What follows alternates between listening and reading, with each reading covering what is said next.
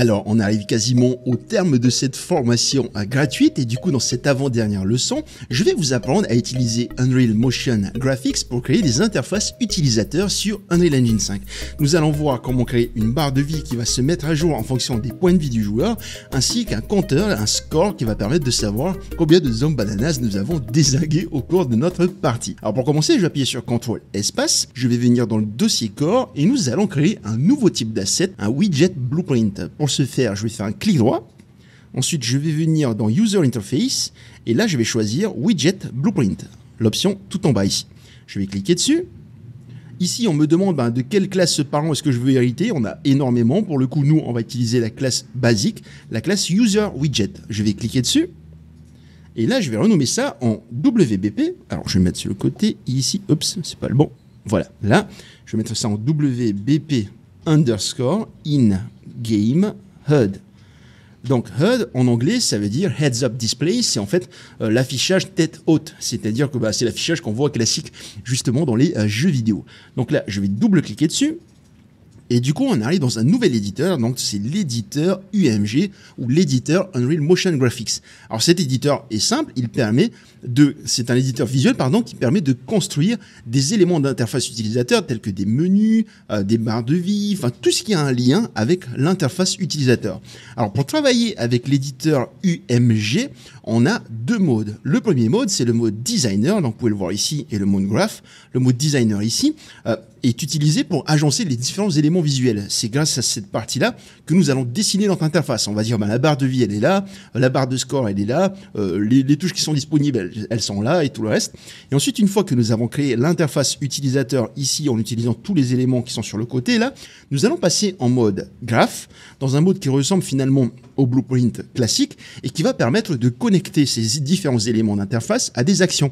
Comme par exemple, si vous jouez, je sais pas, à un jeu comme Clash Royale, je suppose, j'avoue que je suis pas un joueur de Clash Royale, mais j'imagine que quand vous appuyez sur un bouton avec une unité spécifique, si vous cliquez sur ce bouton, c'est ici que vous allez dire, écoutez, si ce bouton a été cliqué, je veux que tu fasses apparaître l'unité chevalier à tel endroit dans le level, d'accord? Donc le designer permet de designer l'interface et le graph permet de connecter l'interface aux actions correspondantes. Donc avant de passer à la construction de notre interface, je vais aller dans le designer ici et je vais chercher un canvas panel. Vous avez sur la gauche la palette et en fait la palette c'est l'ensemble des éléments qui sont disponibles pour la construction d'interface. Vous voyez qu'il y a par exemple ici un bouton.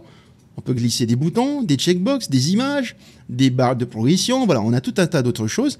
Et là, moi, je vais venir dans la partie panel et je vais choisir Canvas Panel. Donc, c'est un canevas, ok? Je vais prendre le Canvas Panel et je vais glisser ça ici dans le Hierarchy, là. Ok? Donc, en fait, le Hierarchy, c'est un peu le World Outliner. Ça référence l'ensemble des éléments qui sont disponibles dans votre interface. Ici, c'est la palette qui permet de voir l'ensemble des éléments qu'on peut utiliser. Et voilà, en fait, on construit tout ça là. Donc, le Canvas Panel, c'est le canvas. Ça permet de dire, écoute, voilà, ça, c'est mon écran. Il fait 16 neuvième. Et c'est ici qu'on va pouvoir placer les différents éléments. Dire que la barre de vie est là, le score est ici, et ainsi de suite. Et ainsi de suite. Vous allez voir, c'est super facile à utiliser. Alors, donc, dans le workflow, ce qu'on fait, c'est qu'on construit dans un premier temps l'interface. Donc ici, on a ajouté un canevas et maintenant, nous allons pouvoir faire le design de notre barre de vie. Alors, pour faire le design de notre barre de vie, ce que je vais faire, c'est que dans un premier temps, ici, dans la palette, je vais venir chercher le horizontal box. Je vais le glisser ici. Ok? Donc, je vais le placer là dans l'élément en haut à gauche de l'écran. Je vais le placer comme ça. Et en fait, le horizontal box, c'est une boîte horizontale. Ça veut dire qu'ici, en fait, lorsqu'on va placer des éléments à l'intérieur, ils vont s'organiser de manière horizontale. Si je mets un bouton 1 et je glisse un bouton 2 dedans, et en fait, le bouton 1 va se caler juste à côté. Vous allez voir, c'est assez facile à comprendre. Ici, je vais venir tout en haut et je vais prendre un texte. D'accord? Donc ici, là, c'est du texte. Je vais le prendre et je vais le glisser. Donc, vous pouvez soit glisser ici, à l'intérieur de la horizontal box, soit directement venir ici dans le hierarchy et glisser là dans l'horizontal box. Donc là, vous placez dessus, vous lâchez. Et là, vous voyez que du coup, c'est parenté au horizontal box. Et il apparaît ici dans le viewport. Alors, ici, ce que je vais faire, c'est que je vais sélectionner le texte et je vais vous montrer tout ce qu'on peut faire. Parce que une fois qu'on a sélectionné un élément de widget ici, on peut changer tout un tas de paramètres dans la barre de droite, dans le Details tab, donc dans le panneau des détails. Alors, on peut par exemple changer le texte qui est affiché. Ici, par exemple, on a la partie texte. Je vais choisir cette partie-là et je vais renommer ça en point de vie. Espace de point, espace. Voilà. Donc on a bien changé le texte qui est affiché à l'écran. Ensuite, je peux venir ici dans Color and Opacity. Je peux changer la couleur du texte. Donc je vais cliquer là et je vais mettre une couleur vert fluo, quelque chose comme ça, voilà. Un truc bien pétant là. Voilà, comme on est avec de la musique synthwave, mais on va laisser ça comme ça, du vert fluo. Je clique sur OK. Ensuite, on peut changer la taille du texte en venant ici, donc dans Font. OK, juste au-dessus de ma tête. On a font. Alors, je vais peut-être me mettre à gauche au cas où des fois j'ai tendance à oublier qu'il faut que je change de position. Donc, on a le font, on a la police qui est utilisée, Roboto, on a le typeface et tout, et le size. Là, le size, c'est la taille. Je vais mettre ça à 26. Voilà, pour agrandir un petit peu. Et ensuite, on peut ajouter une ombre aussi, notamment ici dans Shadow Offset. Vous voyez Shadow Color. Shadow Color, on peut voir ici que c'est une couleur noire. Mais en fait, si on clique dessus, on peut voir que l'alpha est à 0. Donc c'est pour ça qu'ici, en fait, concrètement, on n'a pas d'ombre, si je zoome bien sur le texte.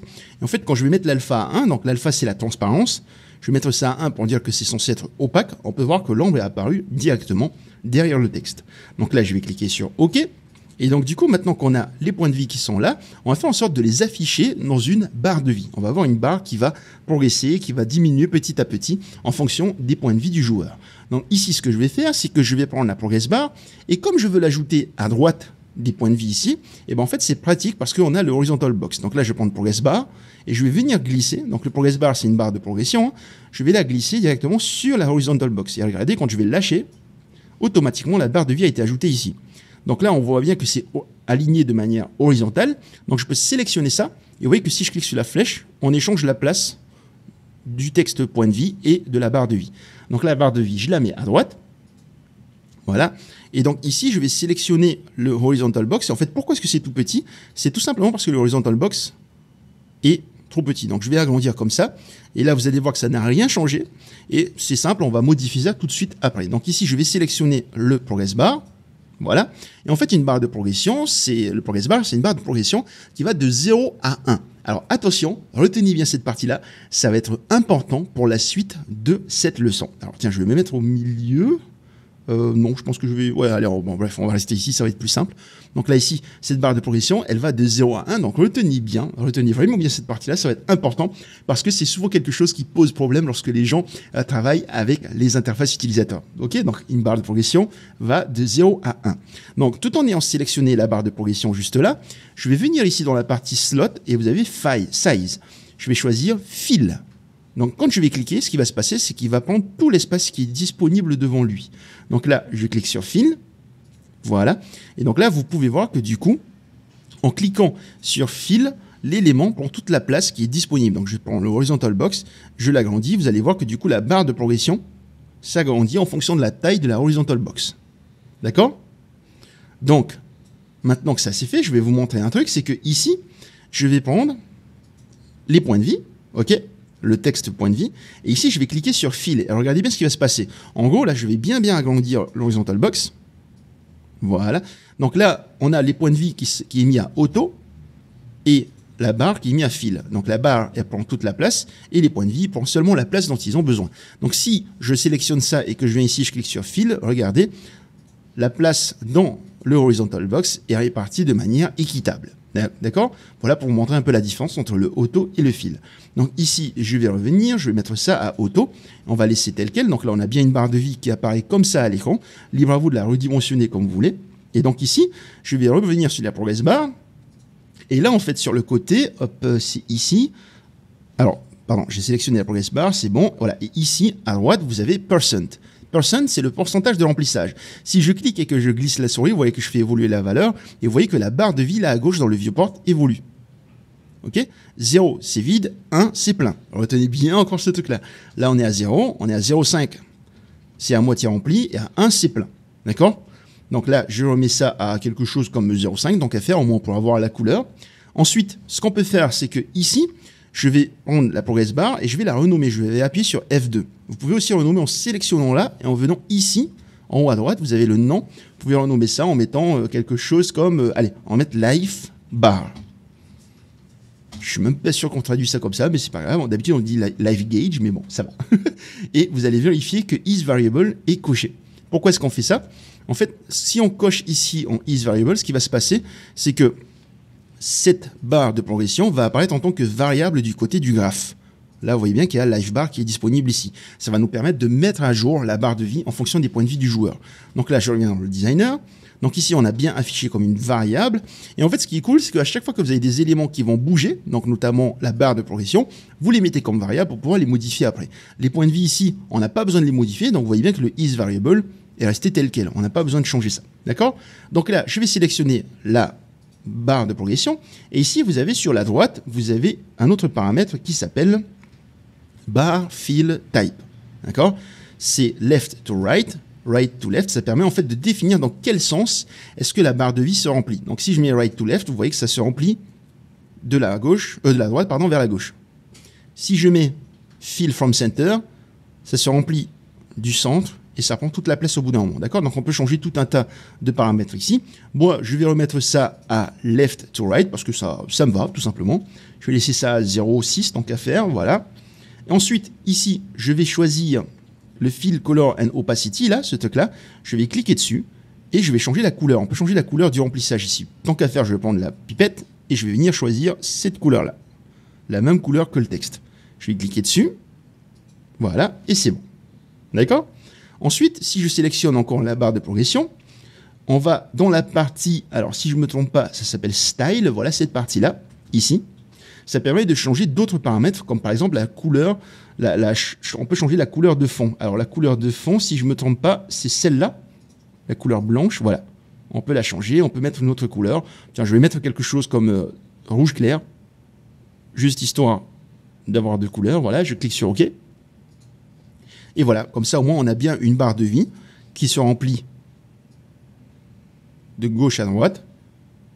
D'accord? Et quand c'est vide, c'est complètement rouge. Donc je mets ça comme ça. Voilà. Ensuite, la barre là, elle est un petit peu mastoc, je trouve. Elle est un peu trop fat, on va dire trop épaisse. Donc je vais la sélectionner.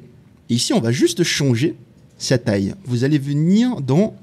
Alors, si je ne me trompe pas, c'est Render Transform. Cette partie-là, voilà. Ici. OK? On a le transform, la translation, l'échelle, le scale. Et en fait, le scale, c'est le scale, tout simplement, la taille. Hein. Et là, on a une échelle de 1. Je vais mettre ça ici à 0,7. Et là, vous voyez que la barre de vie a diminué légèrement. D'accord? En taille. Donc là, maintenant que c'est bon, ce que je vais faire, c'est que vous voyez ici, si je veux déplacer le bloc là, ces deux-là, je peux pas prendre celui-là et déplacer. Ça va me déplacer juste les points de vie. Idem pour la barre. Si je veux prendre la barre, ça va déplacer également que la barre. Moi, je veux pouvoir déplacer le horizontal box directement à la volée. Et pour éviter d'avoir à tout le temps venir sélectionner ici sur la gauche, ce que je vais faire, c'est que je vais prendre les textes ici. Je vais cliquer sur le cadenas pour le bloquer. Et je vais prendre le live bar. Et je vais cliquer sur le cadenas pour le bloquer aussi. Qu'est-ce qui va se passer? Ça veut dire en fait que ces deux ne peuvent plus être sélectionnés dans le viewport. Regardez, là je prends, hop, automatiquement, j'ai pris la horizontal box. OK?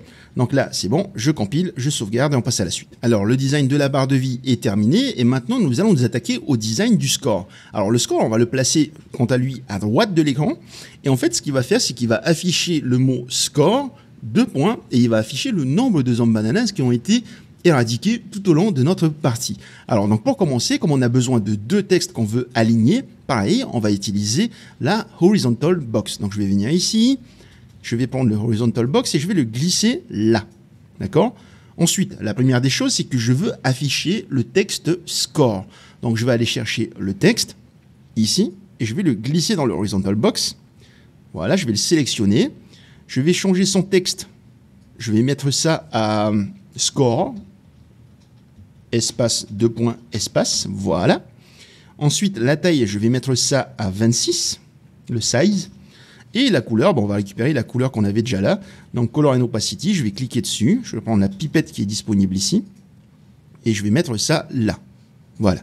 Comme ça, au moins, on a exactement le même texte. En plus de ça, il ne faudra pas oublier de venir tout en bas et d'activer l'ombre. Donc, Shadow Color, je vais cliquer dessus. Je vais mettre l'alpha à 1. Voilà. Je clique sur OK. Et donc là, c'est bon.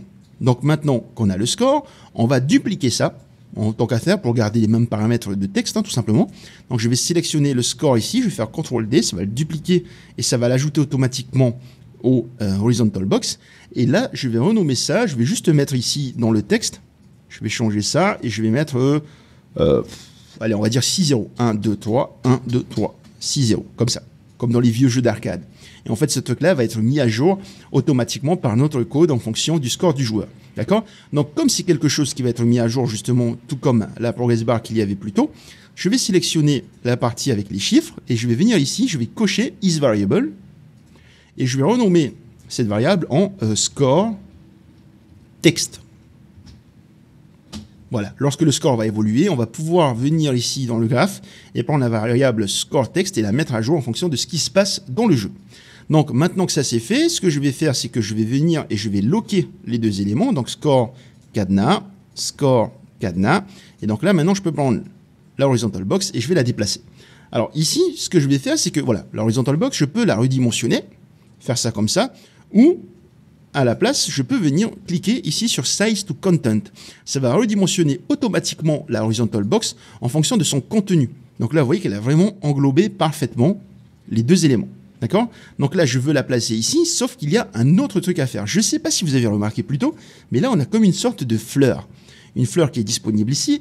Et en fait, cette fleur, c'est le point d'ancrage. On peut faire plein de choses avec cette fleur, mais en gros, tout ce que je veux vous montrer, c'est que ici, en fait, vous voyez cette distance qu'il y a entre les deux, entre le score et le point d'ancrage. En fait, le souci, ce qui va se passer, c'est que quand on va agrandir l'écran, d'accord, la fenêtre, hein, littéralement, si je lance le jeu, là, vous voyez, si je fais ça, si je lance le jeu, admettons, hop, et que le score est affiché là, s'il est ancré sur ce point-là, ce qui va se passer, c'est que quand je viens redimensionner, il va essayer de garder la distance qu'il est censé avoir de base entre ce point-là et le score.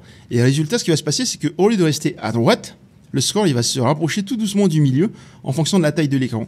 Donc nous, on ne veut pas ça. Ce qu'on veut dire, ce qu'on va faire, c'est qu'on va sélectionner le score ici, donc le horizontal box. Et là, vous allez venir sur Anchors, donc le point d'ancrage. Vous cliquez dessus et vous allez dire, bah écoute, moi, je veux que tu sois collé à droite dans le coin en haut à droite. Donc je clique sur ça et regardez, la fleur va venir se placer ici.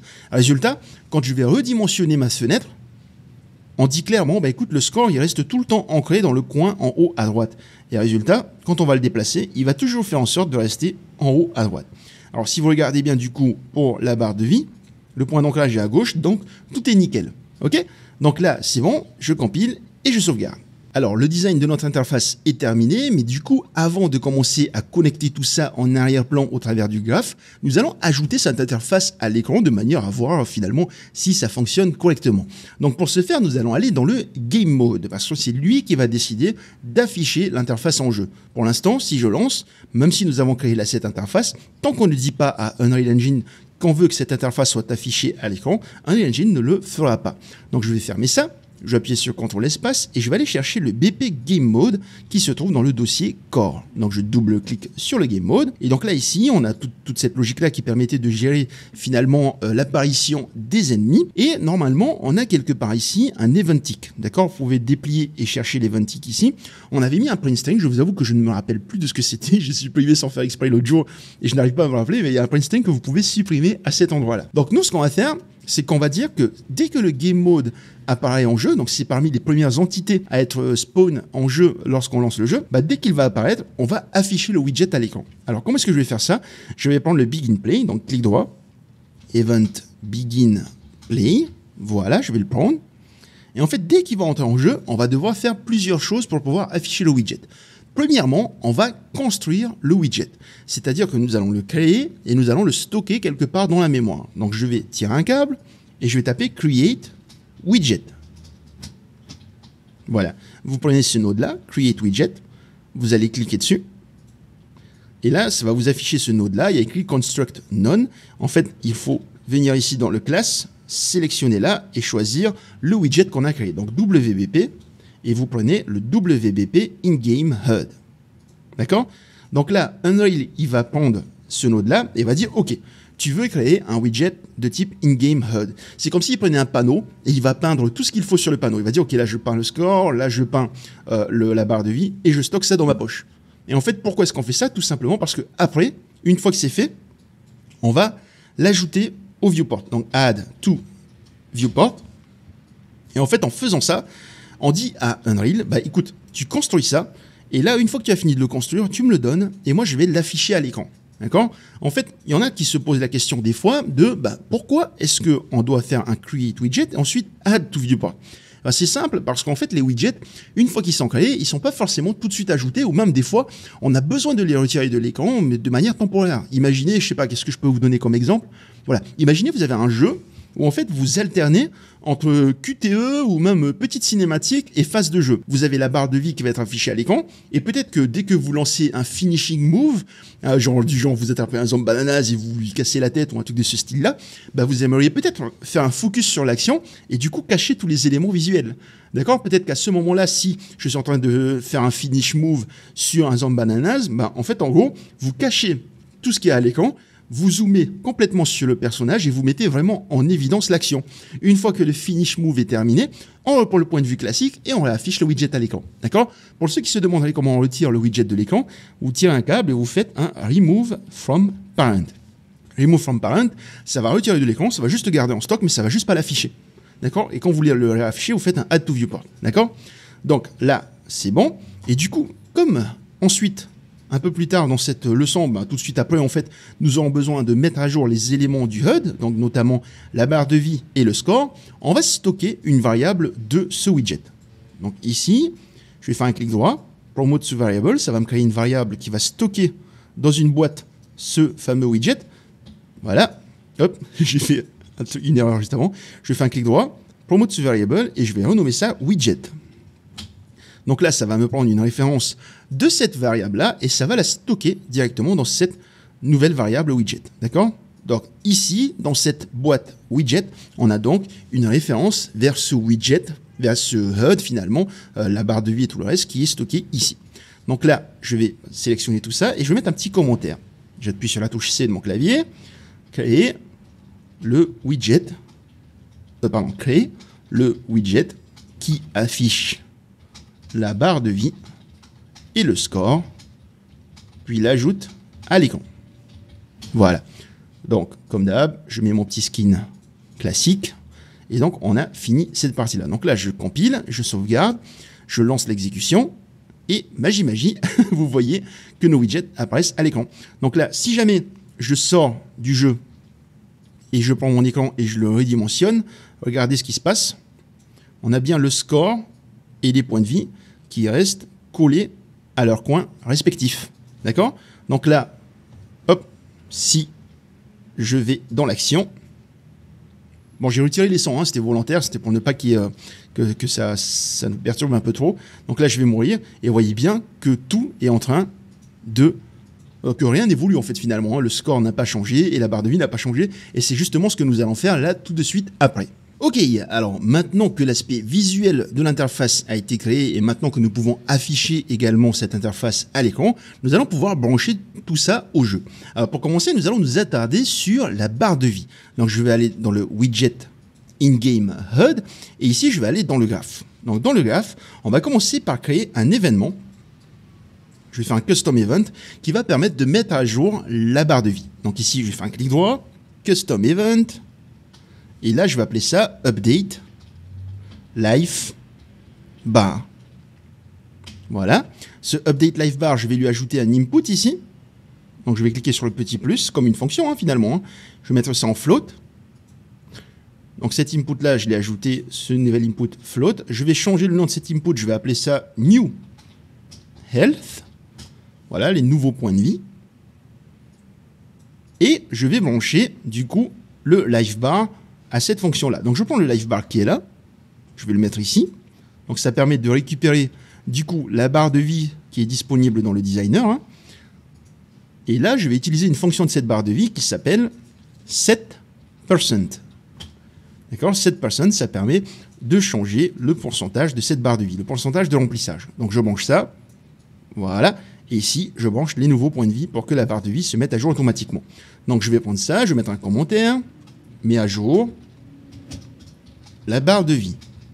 Voilà. Donc, je change la couleur, je clique sur OK, et voilà. D'accord? Donc, je compile, je sauvegarde. Où est-ce qu'on va appeler cette fonction-là? Cette fonction-là, elle va être appelée directement dans le game mode. Ok, rappelez-vous, le game mode a accès au widget, et donc si je prends le widget, je peux faire appel à ma fonction update life bar. Donc je tire un câble, et je vais faire update life bar. Voilà. Vous voyez que là, on peut appeler ça pour modifier directement les points de vie, l'apparence de la barre de vie.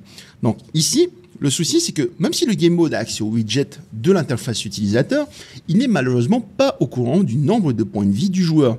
Du coup, il nous faut un moyen pour le héros d'envoyer cette information au Game Mode pour que le Game Mode puisse dire bah écoute, ok, je te mets à jour tes points de vie. Donc le héros, lorsqu'il va perdre des points de vie, il va dire au Game Mode et attention, j'ai perdu des points de vie, voilà la nouvelle valeur de mes points de vie, je suis admettons 50 points de vie, bah vas-y, mets à jour la barre de vie en conséquence, que je sois au courant exactement de combien de points de vie il me reste. Alors pour ce faire, on va aller dans l'interface du Game Mode. Alors pourquoi est-ce qu'on va aller dedans? Tout simplement parce que si vous vous rappelez bien, on avait créé plus tôt un BPI, Game Mode MP, qui nous permettait de communiquer facilement avec le Game Mode, notamment lorsqu'on voulait enregistrer les spawners, incrémenter le nombre d'ennemis, récupérer le nombre d'ennemis et tout un tas d'autres choses. Donc ici, ce qu'on va faire, c'est que dans un premier temps, je vais ajouter une nouvelle fonction. C'est une fonction qui va être appelée par le player. Donc je clique sur Add, Function, et ici, je vais renommer cette fonction en Update, voilà, UI et underscore Player Health. Voilà. D'accord, ça c'est une petite astuce.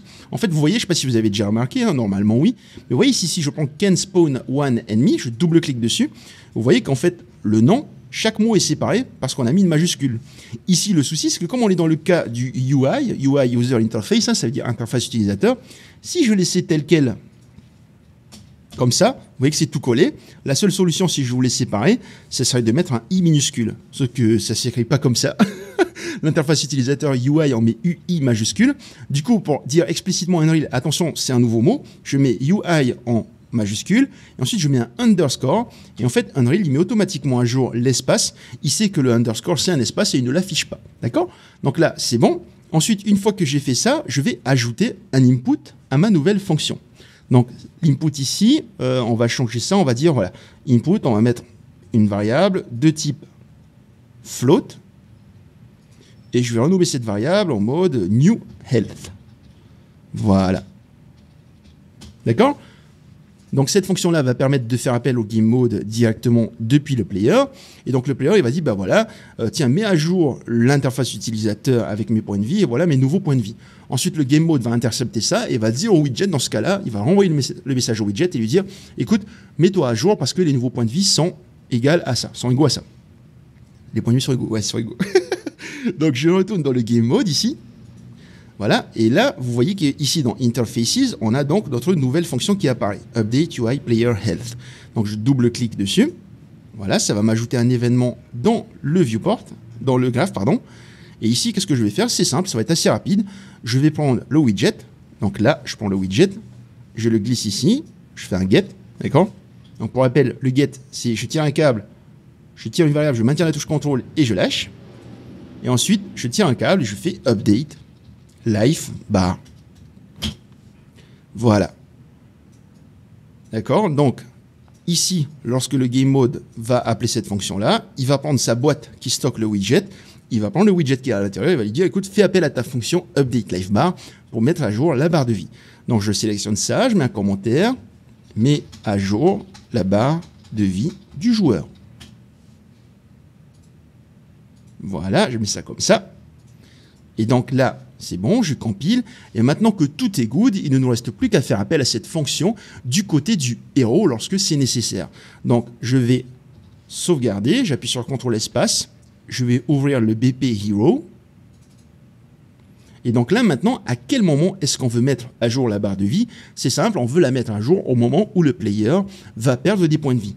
Donc ici, c'est à cet endroit-là, dans la fonction Affect Health. D'accord? Affect Health, il vérifie si le player n'est pas mort. S'il n'est pas mort, il met à jour ses points de vie et ensuite il vérifie s'il est mort. Donc en fait, on va juste mettre ça ici. On va prendre cette partie-là, on va l'éloigner. Et avant de vérifier si le héros est mort, une fois qu'on a mis à jour les points de vie, eh ben, on va envoyer au Game Mode ces nouveaux points de vie. Donc comment est-ce que je vais faire ça? Je vais faire un clic droit. Je vais faire Get Game Mode pour récupérer le Game Mode, ok? Le Game Mode qui est accessible partout. Je vais tirer un câble et je vais faire Update UI Player Health. Celui-là. D'accord? Je passe par l'interface pour appeler le Game Mode. Donc je branche ça ici, ça là, et ça, je branche comme ça. Voilà, d'accord? Donc, dès que les points de vie ont été mis à jour, j'appelle le game mode et je lui envoie le message.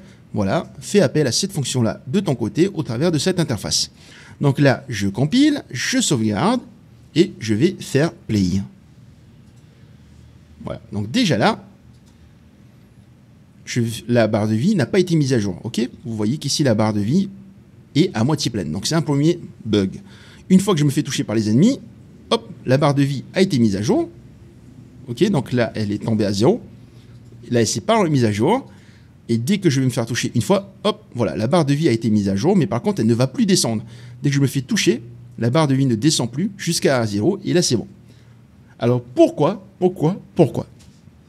Si vous vous rappelez bien, je vous ai dit plus tôt dans cette leçon qu'il fallait faire attention à un truc du côté de la progress bar.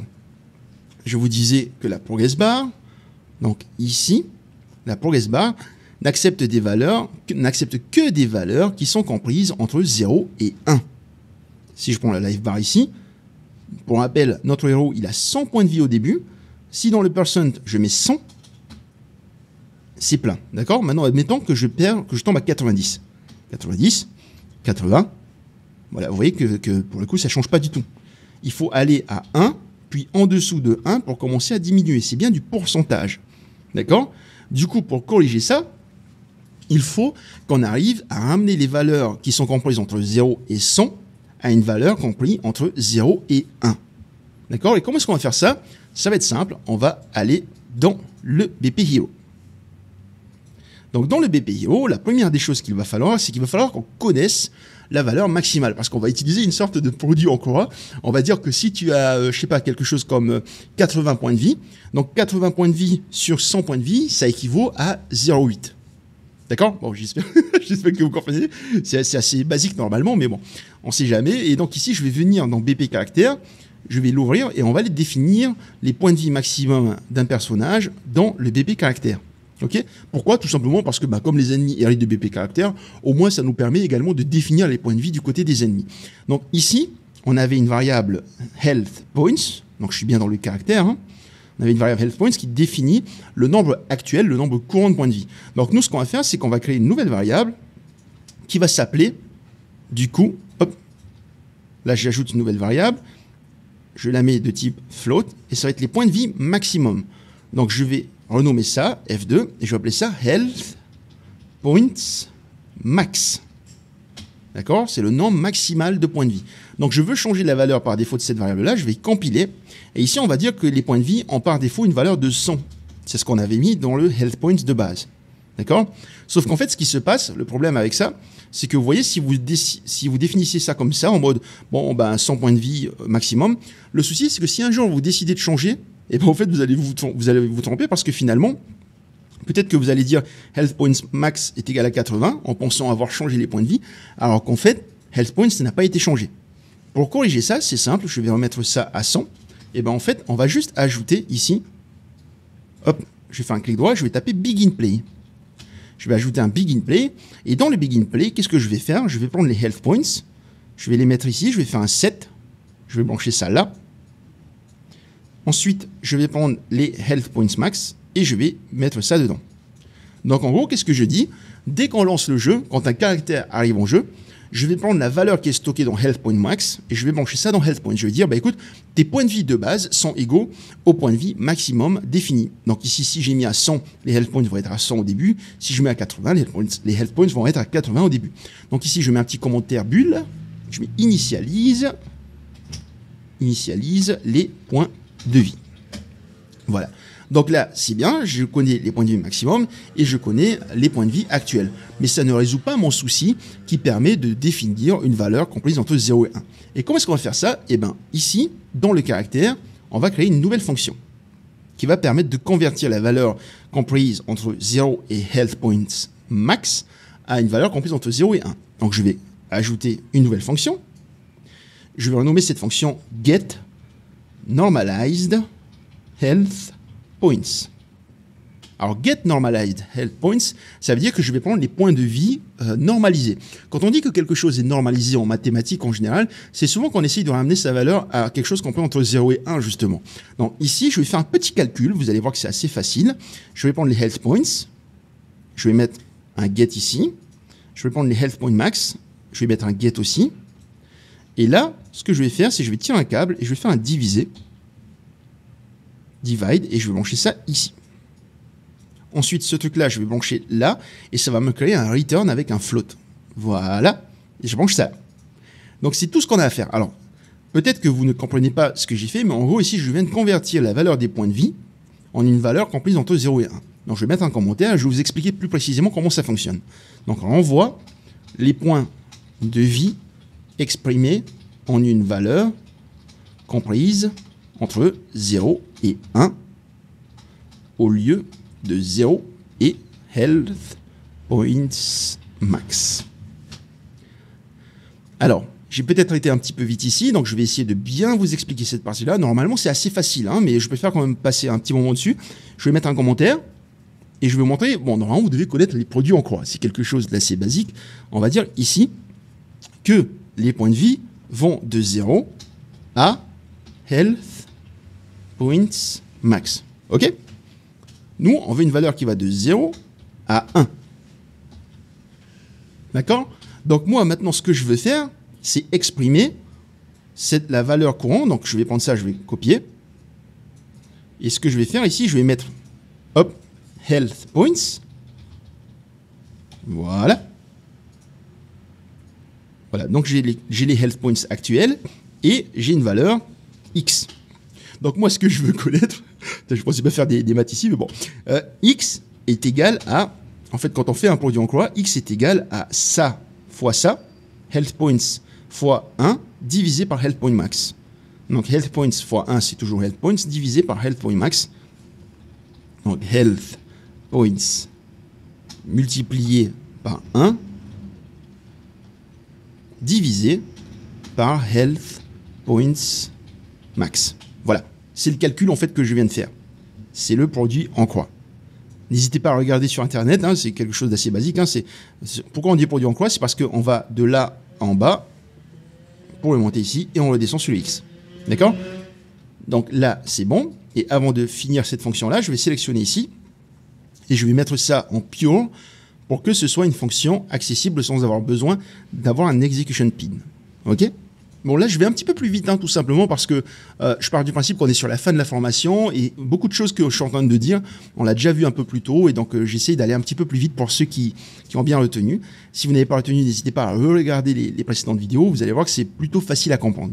Donc là, c'est bon, maintenant que j'ai fait tout ça, tout ce que j'ai à faire, c'est d'aller dans le BP Hero et cette fois-ci, lorsqu'on va mettre à jour les points de vie, au lieu de brancher les nouveaux points de vie, ce que je vais faire, c'est que je vais faire un clic droit et je vais faire appel à get normalized. Voilà, et je prends get normalized health points, ce truc-là. D'accord? Donc c'est notre fonction pure. Et là, je vais brancher ça ici. Alors pourquoi est-ce qu'on a accès à ça ici? N'oubliez pas, c'est parce que le BP Hero hérite de BP caractère. Et comme la fonction normalized health points a été définie dans BP caractère, on y a accès dans le BP Hero. D'accord? Donc ici, voilà, je fais ça. Et du coup, dès que les points de vie ont été mis à jour, je calcule la version normalisée des points de vie, donc une valeur comprise entre 0 et 1, et j'envoie ça au game mode pour que, de son côté, le game mode, ici, il récupère cette info et transfère l'info directement au widget. D'accord? Donc, c'est bon. Ici, je compile, je vais dans le viewport, je lance l'exécution, et regardez ce qui se passe. Donc là, les points de vie sont pleins. Ici, j'arrive, on voit bien que les points de vie diminuent correctement.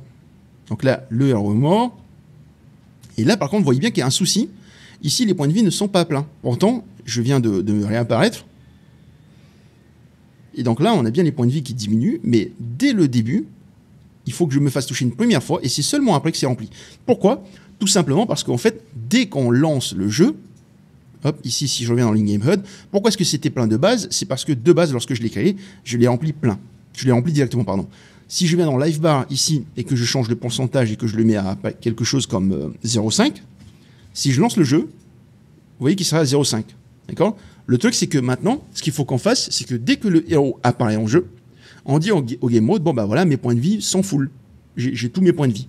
Donc ici, je vais dans le BP Hero. Je vais aller dans le Begin Playing. Il est ici, voilà, le Begin Play.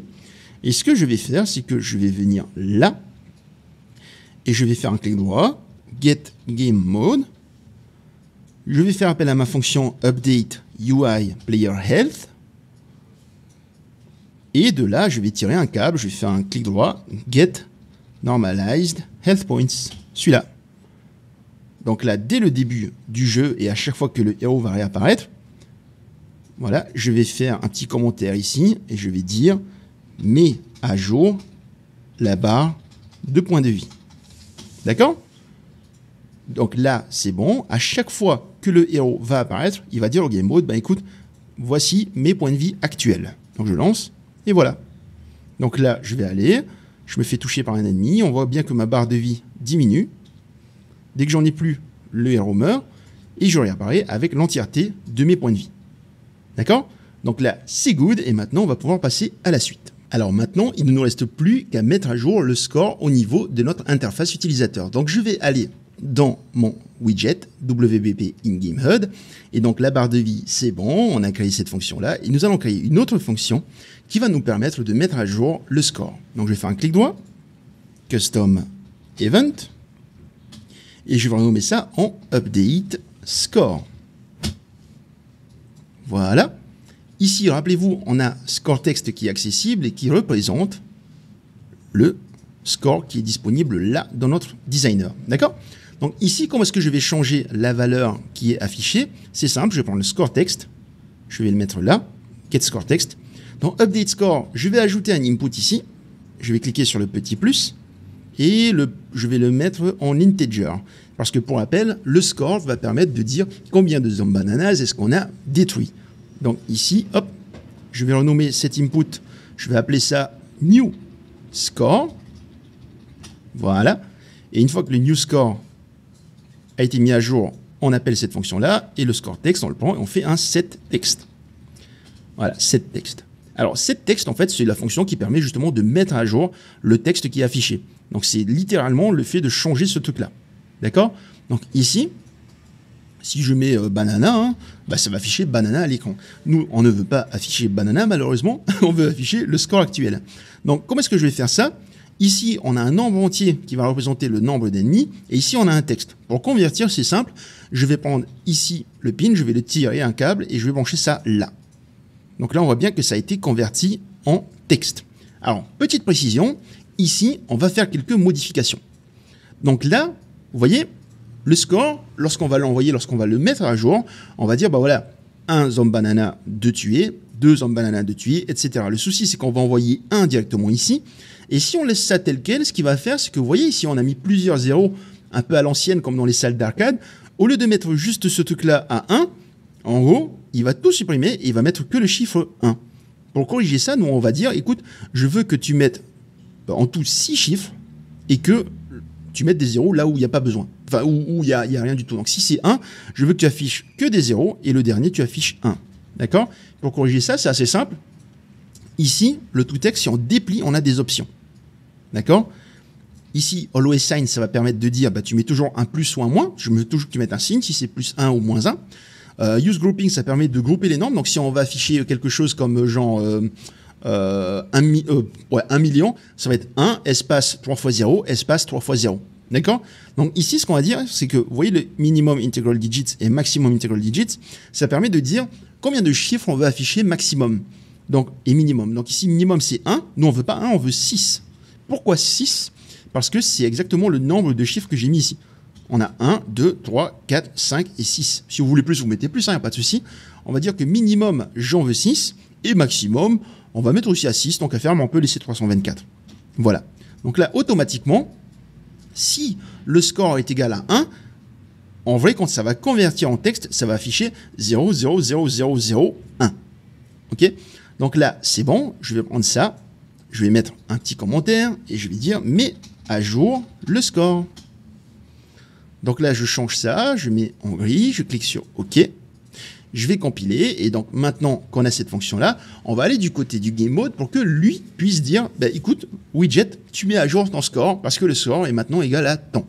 Donc je vais dans le game mode et ici dans le game mode, on va créer une variable qui va nous permettre de garder une trace du score. Donc ici, je vais aller dans variables, je vais ajouter une nouvelle variable, je vais la mettre de type integer, donc entier, parce que c'est le nombre d'ennemis qui a été dézingué.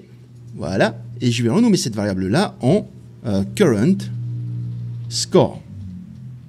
D'accord? Donc, current score va représenter le nombre d'ennemis qui ont été tués. Alors, ici, on va pouvoir mettre à jour cette variable-là directement depuis un endroit dans le code. Alors, comment est-ce que ça va fonctionner? C'est simple. La première version que vous pourrez penser, c'est vous dire, OK, écoute, là, plutôt dans cette formation, nous avons créé cette fonction-là, decrement enemy count, qui permettait de retirer le nombre d'ennemis qui est actuellement sur la map. Pour rappel, cette fonction-là, elle est appelée par les ennemis pour dire, lorsqu'ils meurent, de manière à ce que les spawners soient au courant qu'il y a de la place encore pour être ajouté, pour ajouter un nouvel ennemi. Donc, vous pouvez vous dire, OK, ici, techniquement, on a retiré le nombre un ennemi, et donc on pourrait augmenter le score. Donc, on pourrait prendre le current score, le mettre ici, dire, OK, j'ajoute 1 au score, donc plus, OK, ça rajoute 1 au score, et dire, bah écoute, je vais prendre le widget,